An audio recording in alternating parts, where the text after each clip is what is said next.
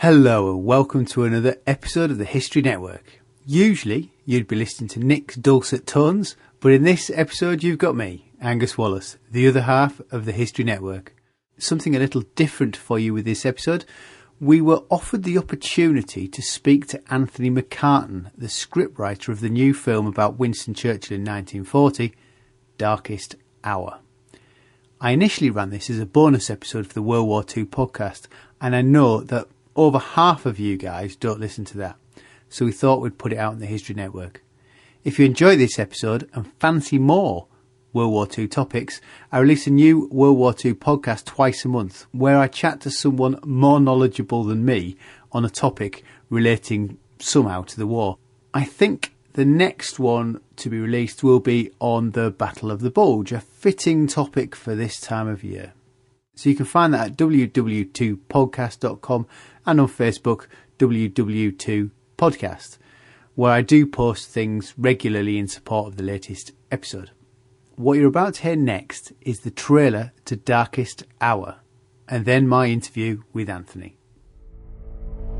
We must now select my successor, and it's only one man the opposition will accept. He stands for one thing, and one thing only, himself. Why have I been forced to send for Churchill? His record is a catastrophe. Let them see your true qualities, your lack of vanity. Yeah, my iron will. Your sense of humour. Ho, ho, ho. Your Majesty. It is my duty to invite you to take up the position of Prime Minister of this United Kingdom. I speak to you for the first time as Prime Minister. The Germans have encircled 60 British and French divisions. We are looking at a collapse of Western Europe within the next few days. How long have they got if we don't rescue them? Maybe 2 days. We would need a miracle to get our men out. You have the full weight of the world on your shoulders. We're facing certain defeat on land, the annihilation of our army, and imminent invasion. We must negotiate peace talks. When will the lesson be learned? You cannot reason with a tiger when your head is in its mouth! Nonsense. The only slippery slope. Would you stop interrupting me while I am interrupting you?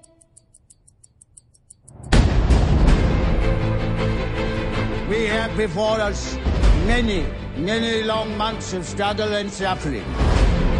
Even though many old and famous states have fallen into the grip of the Nazi rule, we shall defend our island, whatever the cost may be.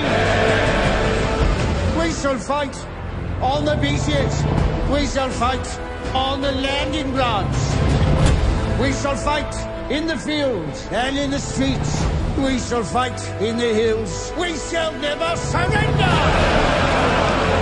For without victory, there can be no survival. I thought it was absolutely superb. So I wonder if the start point would be, if you could give us a quick sort of the elevator pitch, the premise of the film. It's essentially, we look at only 4 weeks of Churchill's life and trying to really distill, the contents of such an incredible life. Like, he lived about 4 or 5 lives and squeeze them into one. And now I'm trying to sort of squeeze the essence of who he was into 4 weeks. The reason for choosing those 4 weeks is that about 10 years ago I realized that he had written 3 of the greatest speeches ever written and delivered within a 4-week period. And that period was from May 10th, 1940 through to Dunkirk, which was the first week of June, 1940. I always wondered, firstly, how, why, where did he write those amazing speeches in such a short space of time? And secondly, I wanted to do a portrait in leadership anyway. And he just became the kind of poster boy for the proposition that words matter, that they count, and that they can change the world. And in this period in history, in this little window, he really, the words he chose and wrote and delivered really did make a difference. I really think they changed the destiny of the world, the human story. Indeed, and as you point out, those speeches have really stayed with us.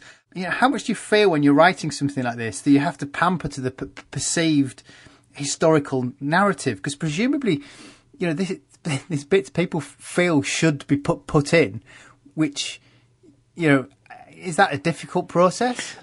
Yeah, my view on that is that pedestals are for statues, and I wanted the opposite thing. I wanted to show him in all his flaws, and to to present the discoveries I personally made when I did research, which were whole new aspects of Churchill I'd never seen really represented in film, at least. His sense of humour, which was enormous. I don't know how you can present a portrait of Winston without showing his sense of humour. Extremely witty man, a romantic man also. So very very passionate love affair with his wife, the love of his life, and importantly, history has given us only a Winston that never had doubts, never had to battle with uncertainty and so forth.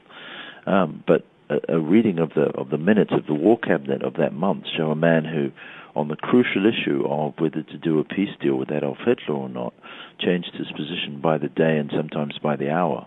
And this uncertain Winston seemed an altogether more human man than had been previously allowed. So while honouring history at every step, I personally, but everyone involved with the film, we strained every sinew to do justice to the facts. We also wanted to, present information about him that I don't think we've seen before, which actually makes him grow in stature in my mind than diminish him. Indeed, I had a note here to ask you about his insecurities, and I think that was probably undoubtedly very genuine. And I don't really know how, if you're doing that job, you can do it without the insecurities. And you mentioned Clementine. She's rarely get to mention when you look at the big Churchillian history of the war. How important do you think she was to his leadership? Well, I think given he was quite a tempestuous person, and his moods would rise and fall, and she was a steadying influence on him, and someone who could, at the end of every day, talk through the issues, and she was a keen intellect. He credited her with being the sort of enabler, the one who, without whom, he doesn't feel he could have achieved what he did. All of us with clever partners, know what that's like. It's a sounding board. It's a rock. It's an emotional outlet, and she performed all those functions for him. He was not an easy man to live with, I'm sure, but she was also similarly quite highly strung. But they were together, despite their testy personalities. They proved to be a magnificent match for each other. There is a book somewhere, isn't there, about their letters to one another? And I thought, having read that at some point in the past, I thought you seemed to portray their relationship wonderfully, very much to the essence of how I read those letters to one another. Yeah, a great tenderness. He used to refer to her as cat, and she rather affectionately called him pig. If we look at his speeches, did he write his speeches himself? He doesn't have such a modern thing as a script writer. No, he did not. No, he wrote them all himself, and he had been a student of the power of rhetoric, and a lifelong believer in the power of words to shift people out of fixed positions, if they were the right words. And it goes back to his early 20s when he'd studied all the Greeks and the Romans, especially Cicero and Cicero's rules of rhetoric. And in his 20s, he actually wrote an essay called "The Scaffolding of Rhetoric," where he broke down this what he saw as the essential techniques of lifting people up through their message and repeating phrases and so forth, like anaphora, which is repetition of keywords like "fight them on the beaches," or "fight them on the landing grounds," or "victory at all costs." And he used those techniques really, really masterfully in May 1940. How were the speeches received at the time? Do you think people appreciated the power of them. Yeah, especially the last one, the fight them on the beaches and stuff. Apparently, he'd sort of delivered a kind of draft version to his outer cabinet earlier in the day, and their reaction had been critical in his decision to resist the pressure from his war cabinet to do a peace deal. And then with that in mind, he then went into the chamber and delivered this magnificent piece of rhetoric. We only have diary entries about how well it went down, but apparently a storming success. There was no broadcast of that speech. Our recording of it was recorded after the war. When we filmed that scene, Gary Oldman performed in front of 500 extras, and it was, you really got the sense of what it would have been like on that day. You really had to belt it out to get your message to the back rows and so forth. The rather mannered version that Winston recorded, we believe, from his bed. And the BBC came and recorded it in his bed. Probably is a very poor version of what he delivered on that day.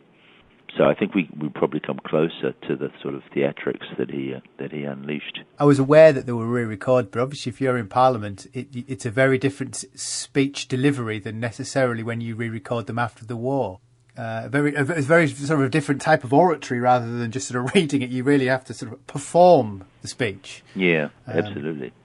Well, it's the actor, and he loved cinema, he loved the theatre, and so he would have had to stand there and really get his diaphragm engaged and belt that out.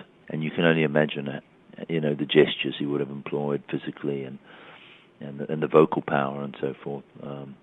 So Gary, who's very experienced in the theatre, used those techniques in the movie, and we think that's much closer to what the MPs would have heard that day. It certainly in the trailer, the snippets that they show, it just looks absolutely magnificent. And Gary Oldman, I would have never have guessed that was Gary Oldman. He just fits the Churchillian look perfectly. Yeah, absolutely remarkable. Yeah. Absolutely remarkable. Well, it's quite a story actually. Gary had worked with a makeup artist, a prosthetics genius called Kasahiro on a previous film. Kazoo, as Gary calls him, was responsible for the makeup for Benjamin Button as well. Won an Oscar, I believe, for that. And Gary said, I won't do this movie without Kazoo because when I look in the mirror, I need to see Winston Churchill looking back at me. So after many months of laboring and sculpting and molding, Kazoo started to come up with this face. It's not even a mask, it's an alternate face, and they used to apply it. It took 4 hours to apply it every morning. And rolled this thing on, and it was like human flesh. And Gary ostensibly disappeared, and we didn't see him again till the end of the movie. And it was Winston Churchill, and Gary would plonk himself down. Well, I should say Winston Churchill would plonk himself down beside me, on the set every day, and speak with a sort of East End accent, puffing away on a cigar, and then go back on the set. It was rather sort of. It sounds surreal.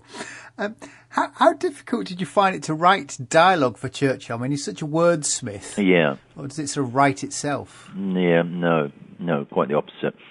I had the initial idea about 10 years ago, but I really put it off because the intimidation factor of writing for Winston was so huge. I thought, oh my God, that's not something you want to get wrong, because Churchill remains kind of sacred ground, and you have to walk very carefully on it.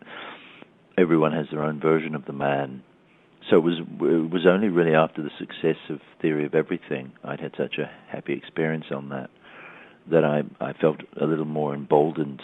So I thought, what, I'll just roll the dice, and what's the worst that can happen is I can embarrass myself here.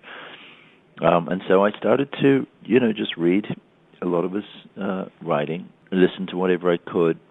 There's a few clips of him talking and so forth. Try to absorb his vocabulary, which was vast. His style of speech. I read all his witticisms and one-liners and the way he constructed them. There's sort of an Oscar Wildean kind of quality to his humor. And in the end, you have to kind of play ventriloquist. You hope you have it in your resources to sort of pull that off. So the script is it's largely invented, but there's lines of Winston's that are threaded through. But ostensibly, the majority of the dialogue and even the jokes are mine. The two great speeches are, of course, Winston's, but there's a third speech in the middle, which we only have a partial record from because it was an off-the-cuff speech, and we only have some key lines that were diarized by people who were in the room.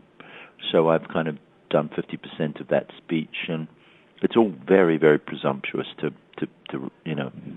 write speeches for Winston Churchill, but that was my task. So I just hope I've acquitted myself reasonably well. I would have never have guessed you hadn't got a transcript and cut them all together, shortened his actual real life. It's fantastic. It's fantastic. So there's many great lines attributed to him. Have you got in your favourite ones? You've certainly got in one of my favourite phrases, which is KBO, keep buggering on. I mean, do you have a personal favourite you managed to get in, or could you just not fit in some of your favourites? No, we actually shot a few of my favourites. The one about Madam, in the morning I'll be sober. Yes, the classic. I am drunk and you are ugly. Yeah, sir, you are drunk, and he said, "Yes, madam, but you are ugly, and in the morning I'll be sober." Yeah, and we also had the one where he apparently had been invited by George Bernard Shaw to an opening night of a play in the West End.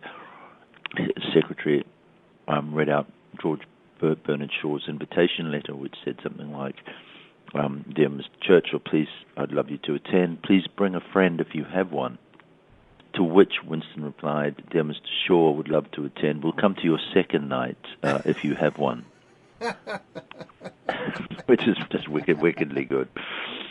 But if you were to just make the whole movie a sort of omnibus compendium of his one-liners, it would all seem like a greatest hits album. So we had bigger fish to fry, but we've got a couple of his absolute beauties in there, like the king asking him, "Sir, how do you manage drinking during the day?" And there's a long pause, beautifully judged by Gary, and then he replies, "Practice." But I hadn't realised that was an actual quote. That's wonderful. There's some good King quotes, which the one I only made two notes of quotes, and one's in the trailer. I hadn't realised until I rewatched the trailer, which "Will you stop interrupting me while I am interrupting you?" which I'm sure my wife would like to shout at me at some time.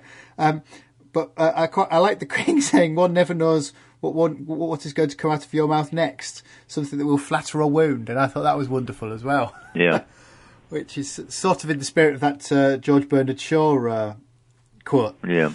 So how much do you think Churchill, and I'm not quite sure how to phrase this, I was going to say took the country to war, led the country to war, makes him sound like a warmonger, and he's not. It does, yeah. But they're very bombastic speeches. Yeah, they are bombastic, but he was fortified in his position by his knowledge that the public were behind him, and that was critical in his decision to resist the internal pressure of his cabinet. Polls were coming out in May 1940 that were showing overwhelming support by the people, especially the working classes, to fight on, even though the odds were very, very slim. And knowing that and having this unerring ability to take the pulse of the public, and being quite unique in that. I mean, that message was kind of lost on many of his colleagues. He felt he had the mandate to get up and stand and make those speeches that we will fight, we will make those sacrifices. So he really was, he wasn't a Pied Piper leading people over a cliff. He was giving voice to the public sentiment and this public mood. I only have sort of two questions to go, which is great because we haven't got long left, but there's another speech he delivers. I hadn't realised that all these speeches had come out so close to one another, because there's the finest hour is delivered on the 18th of June, which is just beyond the end of the film. Yeah, it is. It is. I wondered if you'd felt that, that perhaps if you could have just stretched it a little bit further, you could have got that in as well. We have to make room for a sequel somehow. And I thought it's. I mean, this movie is about bringing Britain back from the brink, bringing the world back from the brink. The finest hour speech, although again majestic in its phraseology and things, is that's a victory speech, and we're very much the thriller. This movie is a kind of ticking clock thriller over a very short, tight space of time. Indeed, it's funny. It's funny you call it a victory speech. It is a victory speech, yet it's delivered 5 years before the victory. Finally, you're from New Zealand. I wonder if that helped. Perhaps weighed down with less Churchill baggage. I think perhaps it's that I felt freer to sort of take a new view on him. But I grew up very much under the Churchill myth as well. My father, he was born in 1921, and he had served in both the Italian theatre and the North African theatre. So Churchill was very much a big figure around our house growing up. A sort of icon of the quality of leader that thereafter, everyone else was found wanting when compared to.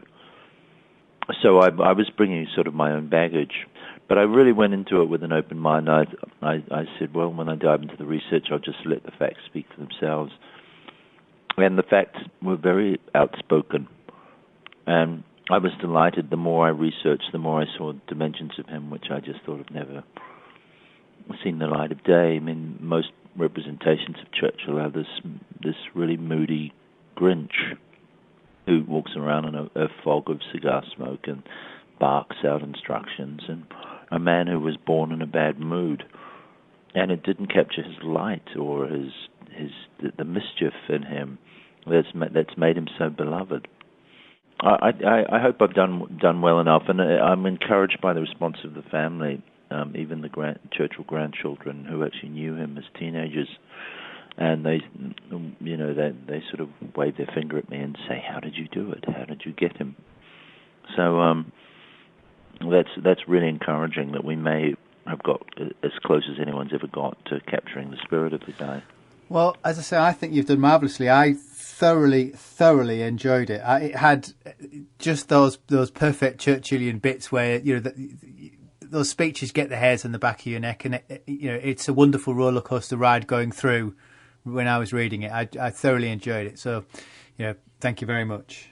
It was great, and I cannot wait to see it when it's released. Thank you very much. I hope you enjoy the movie as much as the script. Good to speak with you. Yeah, that was my 30 minutes. Thank you very much. Thank you for putting up with my waffle. No, not at all. It was a great pleasure. You take care now. Bye-bye. All right. Bye. Bye-bye. So there you are. If you enjoyed that, you can find more at ww2podcast.com. And don't forget to subscribe. The show should be listed just about everywhere. So this is the last episode for season 23. If anyone fancies penning a script for season 24, why not get in touch? There is a contact page on the website, thehistorynetwork.org, or you can find us on Facebook, The History Network.